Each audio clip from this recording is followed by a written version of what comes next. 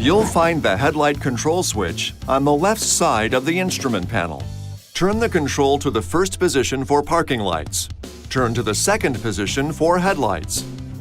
You can also turn the control to the A or auto position. In this position, the headlights will turn on or off automatically based on the surrounding light levels. The dimmer control adjusts your instrument panel lights.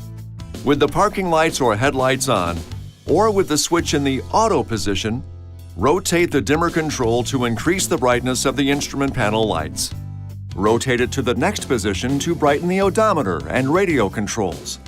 Rotate it to the last position to turn on the interior lights.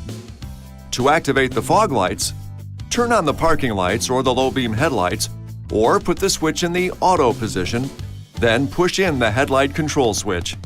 Push the control in a second time to turn the fog lights off. This video is not intended to take the place of your owner's manual. For complete details and other important safety information, please see your owner's information.